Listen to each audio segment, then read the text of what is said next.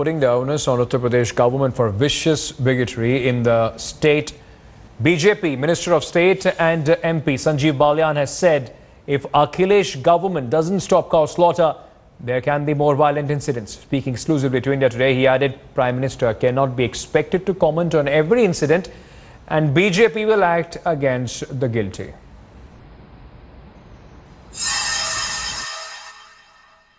देखिए, हर बात पर प्रधानमंत्री की रिएक्शन ये भी उचित नहीं है। हर बात पर प्रधानमंत्री से सवाल करना, जो हुआ घटना दुर्भाग्यपूर्ण थी, नहीं होनी चाहिए थी। लेकिन हर बात में हम प्रधानमंत्री से अगर जवाब मांगेंगे, जवाब मांगना है अखिलेश यादव जी से मांगिए। उत्तर प्रदेश के मुख्यमंत्री कौन है? कानून व्यवस्था को कौन देखता है? मेरे हिसाब से घटनाओं का मूल कारण है उत्तर प्रदेश में एक उद्योग की तरह पनप चुका है काउ स्लॉटरिंग, गौ हत्या।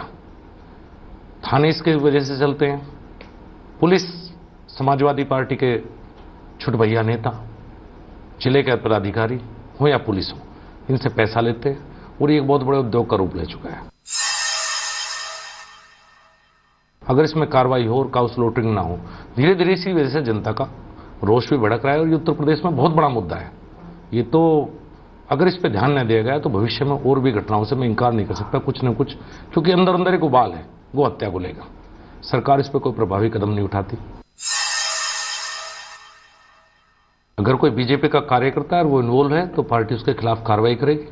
कम से कम ये लोकल स्तर की घटना थी, एक गांव की घटना है, इससे कृपया करके पार्टी को ना जोड़ा जाए। नहीं, पर आपके हिसाब से क्या बीजेपी को इनके खिलाफ कार्रवाई करनी चाहिए? निश्चित रूप से, अगर कोई संलिप्त पाया जाता है तो पार्टी कार्रवाई करेगी। Joining me on the phone line is Mr. RPN Singh, a leader from the Congress party. Mr. Singh, my first question to you, sir. BJP MP and also a Minister of State in the government is saying he's putting the onus on the Akhilesh Yadav government, saying if cow slaughter is not banned, Dadri is not the only incident. Such incidents can take place in future too. Well, what I find completely and extremely unfortunate is that the Prime Minister has not condemned what happened in Dadri. Well, we have the Prime Minister tweeting about everything. He even tweeted about son of a celebrity dying. These are incidents where the Prime Minister must come out very clearly and condemn such acts.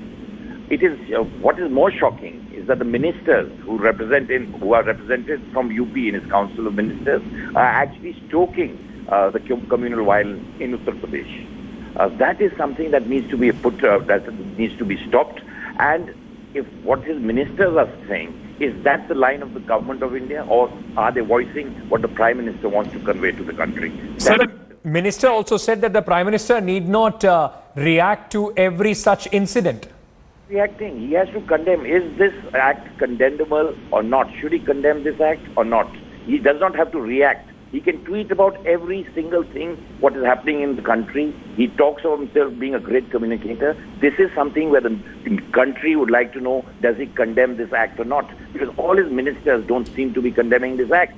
That would definitely mean that the Prime Minister does not condemn this act. The agenda of the BJP and the RSS seems very, very clear. Uttar Pradesh will be used as a laboratory for communal spreading of hatred. So how would you answer the critics those who are saying that all the political party, including yours, by that visit of Mr. Rahul Gandhi to that village, they are only trying to utilize this incident for political gains, keeping in mind the 2017 Uttar Pradesh elections? Definitely not. We are condemning the act. Mr. Rahul Gandhi has also condemned the act. The people who are going there, how is that the BJP government, the government in power, the Prime Minister of our nation has not condemned this act? Why is it that the senior functionaries of the BJP do not condemn this act? What do they mean? We are not talking about reacting to anything. What the minister said was reacting. We don't want the Prime Minister to be reacting to every incident. Okay. But he must condemn actions like this. Don't you think so? Thank you so much, sir, for speaking to India Today. The Congress, of course, wanting the Prime Minister to react on this. Let me quickly cut across to Rahul Kanwal, Managing Editor India Today. For more on this, Rahul got us this interview with Sanjeev Baliyan.